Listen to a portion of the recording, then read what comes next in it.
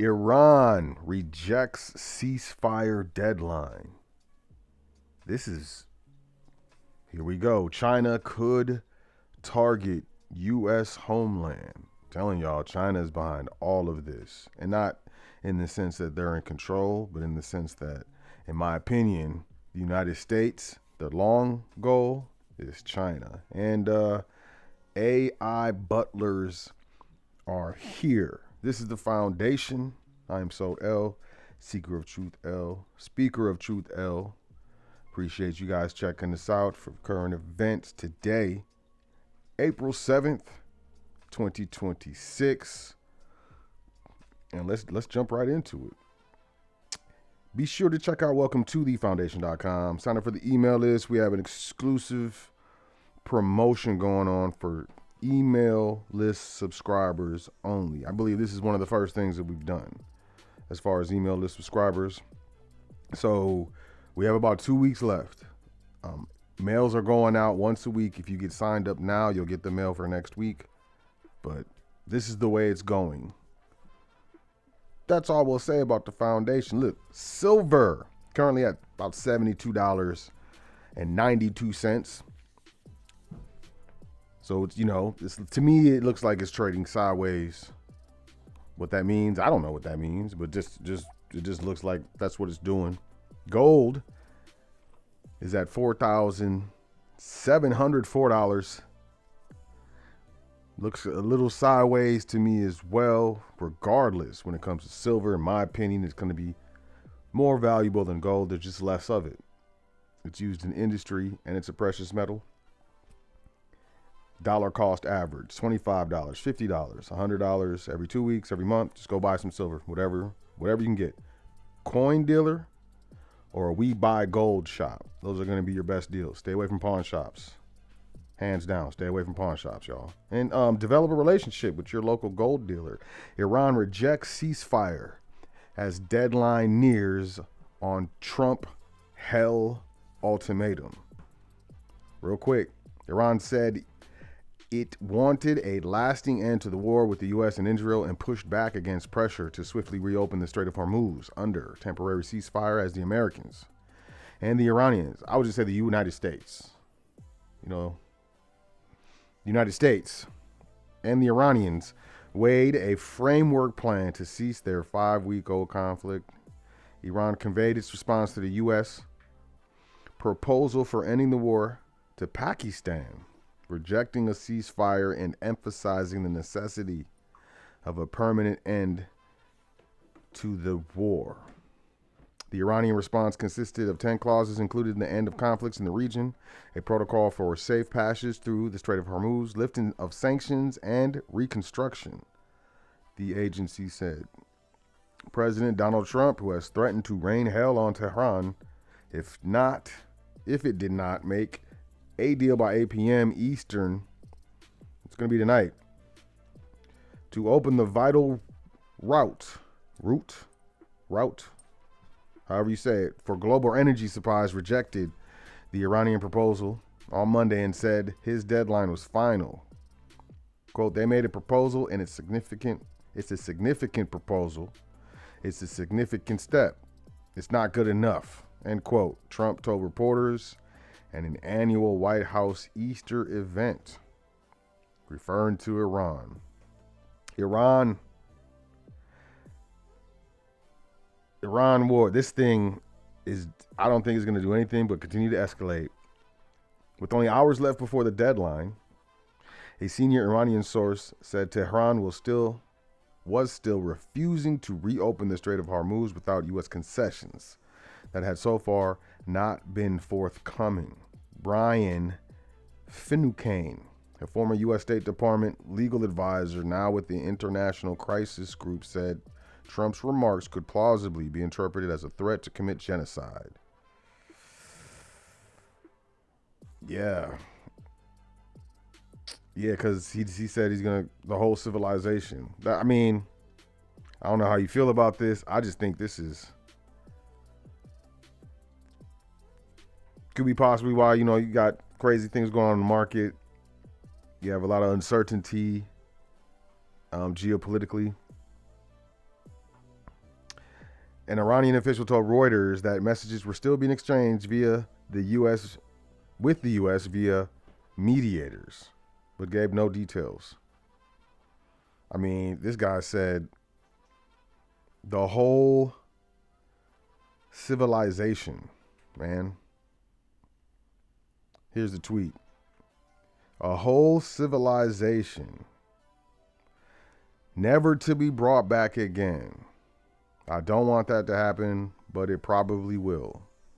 However, now that we have complete and total regime change, where different, smarter, and less radicalized minds prevail, maybe something revolutionarily wonderful can happen. Who knows? We will find out tonight. One of the most important moments in the long and complex history of the world, 47 years of extortion, corruption, and death, will finally end.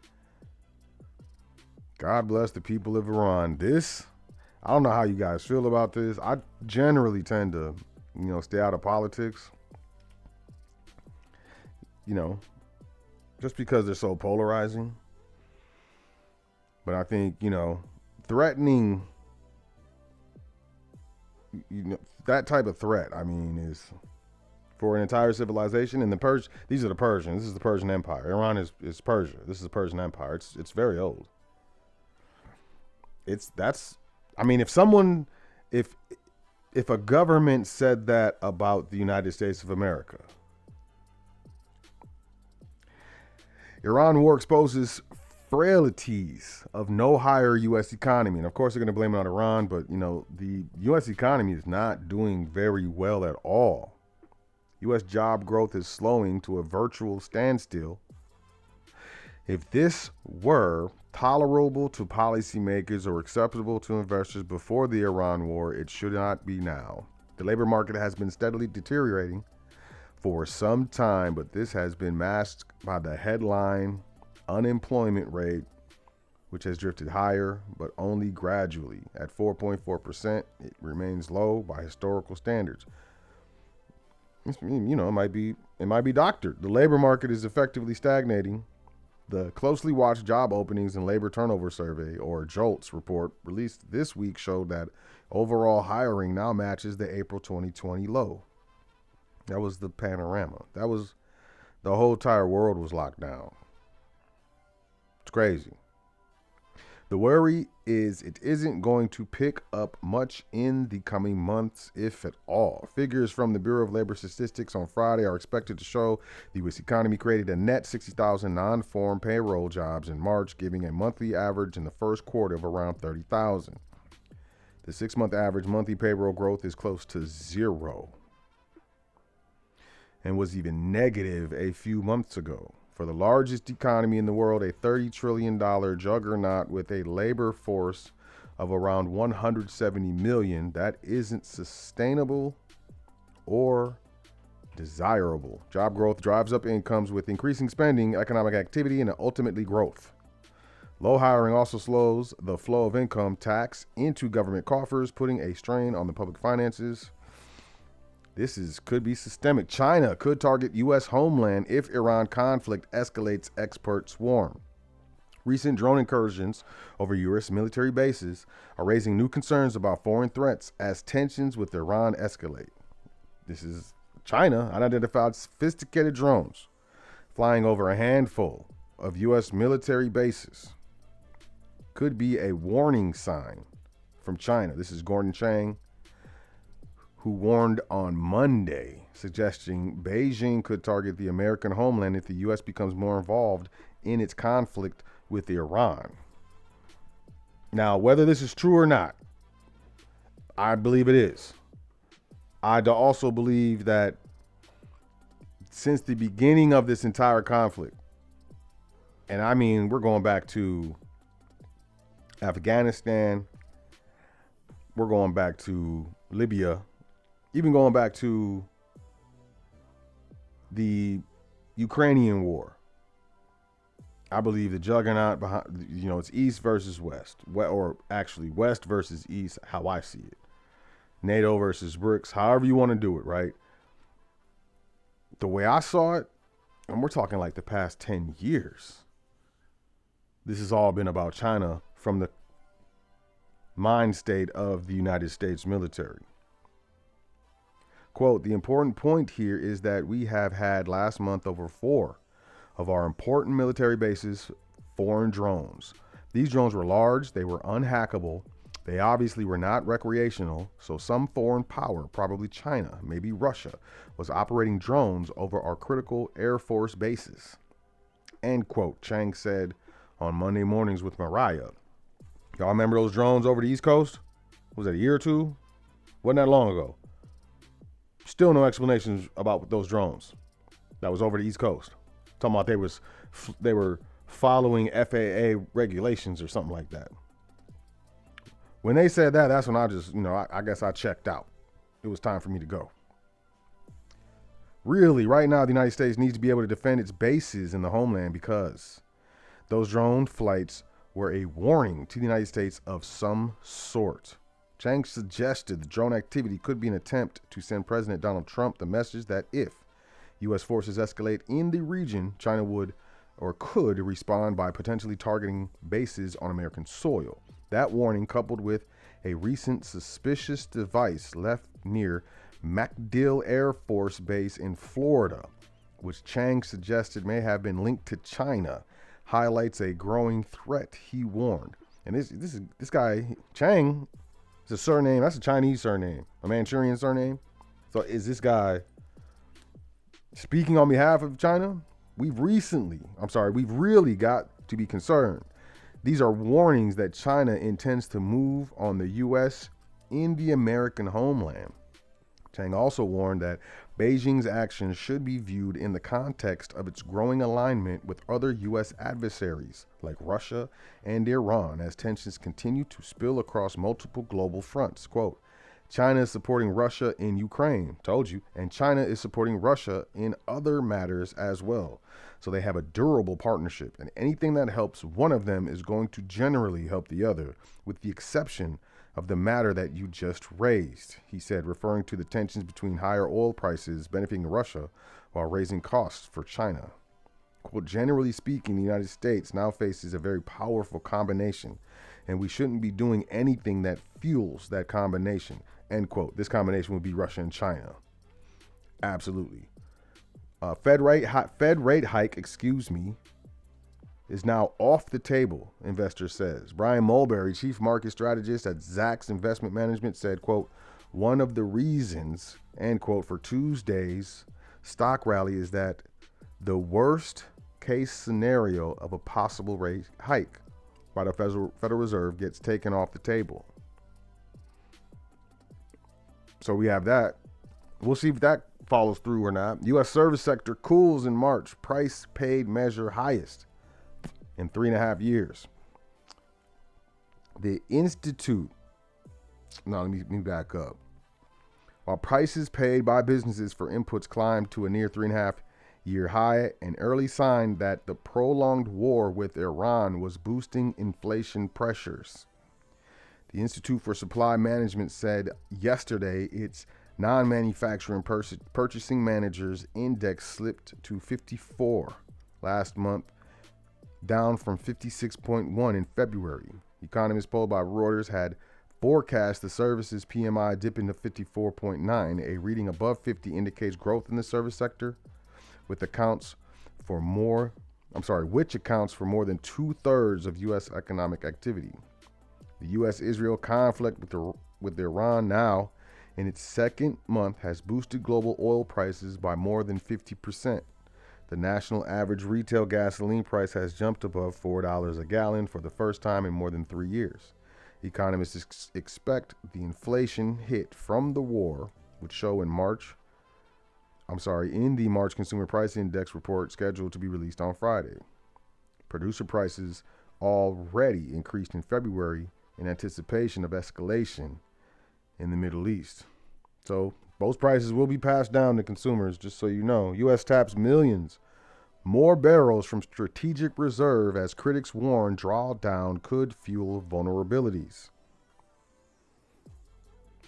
On Wednesday, officials announced a plan to loan an additional 10 million barrels of crude oil from the Strategic Petroleum Reserve, part of a 172 million barrel drawdown that critics say could leave the U.S. vulnerable as West Texas intermediate crude prices climb past $111 a barrel. The crude oil is set to be extracted from the Brine Mound site in Texas, and the department is also accepting proposals from oil companies until Monday.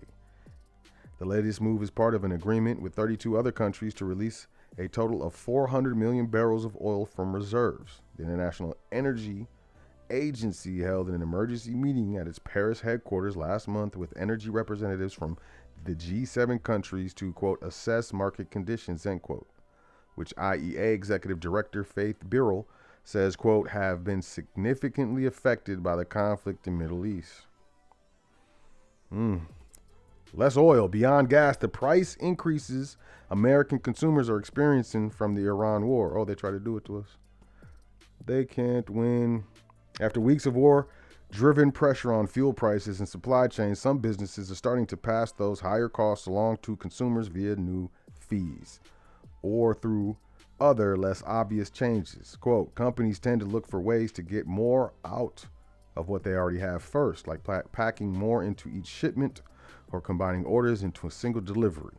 Over time, those higher costs still show up in subtle ways like higher free shipping minimums, fewer discounts, smaller package sizes, or slower delivery. This is Rahul Sahani, a partner at McKinsey, leading the company's North American supply chain practice. Jet fuel is one of the biggest inputs for airlines, accounting for around 25% of costs. In the United States, it has spiked by 95% since the war began. Additionally, due to the closure at some Middle East airports, some airlines are having to take longer routes requiring more fuel. The reality is, jet fuel prices have more than doubled in the last 3 weeks. If prices stayed at this level, it would mean an extra $11 billion in annual expense just for jet fuel. For perspective, in United's best year ever, we made less than $5 billion. For now, here's where customers are seeking breakout fuel surcharges. Amazon announced a temporary 3.5%, quote, fuel and logistics related surcharge for third-party sellers that use their shipping and return services, going into effect later this month. Amazon said last year that these sellers have shipped more than 80 billion products using its fulfillment services. A company spokesperson did not specify what criteria would need to be met before the surcharge could be removed, but said it would be in place for the foreseeable future. Never going to go away. Most times when prices rise, they don't generally go down. Like if a manufacturer or if a supplier or even a merchant raises their prices, they generally don't lower back to their original price overall. They may have a sale that hits that price, but it generally is not going to hit that again at all. Fees increase. JetBlue, USPS, FedEx, and other shippers are also raising their prices. Jamie Dimon warns that Iran war could bring an economic skunk to the party. Nice try, CNN. Jamie Dimon is warning that the U.S.-Israeli war with Iran could lead to another round of persistent inflation and higher interest rates that could sink the U.S. economy into a recession and redefine the global economic order. Then again, it may not. This guy. In his annual letter to shareholders released yesterday, the J.P. Morgan CEO painted a mostly rosy picture for the U.S. economy going into 2026. The economy started the year with the wind at its back, tax cuts and deregulatory pro-business agenda from President Donald Trump's and congressional Republicans. One big, beautiful bill will add $300 billion to the U.S. economy this year, boosting America's gross domestic product by about 1%. He predicted. And massive spending on AI and related technologies will drive U.S. productivity. Dimon said the U.S. economy is on sturdier ground now than in past years, which could insulate America from some of the economic trouble brewing around the world, first and foremost from the war. But that doesn't negate the possibility of a recession. Quote, while the economy may be less fragile than in the past, this alone does not mean there is no, quote, tipping point. End quote. It just may mean it could take more straws on the camel's back to get there, end quote. Dimon said in the 48-page letter. Yeah. Could be an economic skunk. 50-year-old pizza chain files for bankruptcy. A long-standing popular Minnesota pizza chain that's been operating for more than half a century has formally shut down after filing for bankruptcy. Gina Maria's Pizza, founded in 1975, filed for Chapter 7 bankruptcy on March 26, according to court records cited by various publications, including the Minneapolis Business Journal and The Street, following the abrupt closure of all its restaurant locations in the Twin Cities area in October 2025. A Chapter 7 filing means the company will liquidate its assets rather than attempt to reorganize or reopen. Gina Maria's Pizza closed its 4 western Twin Cities locations, Chanhassen, Eden Prairie, Edina, Plymouth, in October 2025. Customers and employees were given no warning, and calls to the restaurants gave out an automated message confirming that the locations were permanently closed, according to the Minneapolis Business Journal. Left and right, y'all. Left and right, but don't worry about it. Because, you know, they got the future coming. Chinese pigs fed new menu as Beijing weans farmers off U.S. soy. This is going to be a problem. And this is going to be a problem for farmers because predominantly farmers in the United States grow corn and soy. So, and it's not that big of a deal for most farms to kind of flip to a new staple, I guess. But the demand needs to be there. The buyers need to be there. And, you know, the soy pipeline, I would say, from the United States across the world is big business. And I could definitely see some farmers losing their farms, going out of business over this. But what do I know? I'm just some dude. I could be crazy. At the edge of one of the many pig farms spread across the vast unbroken floodplains of Taizhou, a 2-hour drive northwest of Shanghai, a pair of square 4-meter pools of acid-smelling ochre. I tried 3 times, y'all. Liquid hold the key to cutting costly soybean use in half. The pools hold a swill of cheaper, locally sourced ingredients, which can include brands, pumpkin vines, and wine lees. But it is fermented like yogurt, so the proteins are already broken down and easy to digest, lessening the need for higher quality proteins in soy, 80% of which China imports. For the farm's owner, 47-year-old Gao Qingshan, I don't know, man. The motivation is entirely monetary. Feed accounts for 70% of pig rearing costs, and soybean prices have jumped, squeezed by Beijing's trade standoff with Washington and compounded by war in the Middle East. Quote, soybean prices have become so unstable, end quote, Gao lamented. With the industry already hobbled by oversupply and weak consumer demand, quote, pig farming has become unprofitable. Everyone is thinking about how to cut costs, end quote. The grassroots fixation on overheads bellies Beijing's more strategic motivations, long-term food security, and increased self-reliance. The government sharply accelerated a drive to expand protein sources for livestock in March of last year, just as trade tensions ramped up early into President Donald Trump's second term. Soybeans quickly became a key bargaining chip. Reuters interviews with dozens of livestock and feed producers, state researchers, and industry experts revealed Beijing is moving faster than previously thought to deploy new technologies and promote fermented feed. It's the agricultural equivalent of Beijing's campaign to build domestic capabilities in microchips and artificial intelligence, catalyzed by Washington's stringent controls on advanced technology exports to China. In terms of agriculture, quote, the biggest national policy goal right now is soy meal reduction, end quote. This is Fu Zhenzhen, a feed analyst at Beijing's Orient Agribusiness Consultants. Quote, the most direct reason for that is the trade war with the United States, end quote. Who went on to say, quote, fermentation is essential. Ouch. If you know a farmer, hit us up. Ask them what they think, and then let us know how filming your chores could train the android butlers of the future. You want to train the butlers? No, I don't. These things freak me out. Call me old school. Call me call me whatever you want. Freak me out. The dream of just having a humanoid robot just standing there in your house. While I'm sleeping, I come out the shower, it's just standing there. I wake up, the thing's just standing there. I go to get a coffee, it's just standing there. You know what I'm saying? And I know you can program it, right? But you know they're going to have phantom behaviors. You know, I mean, if you deal with computers, if you're a coder, if you program, if you do anything with computers, like significantly, there's bugs, there's glitches, there are phantoms in the computer, yo.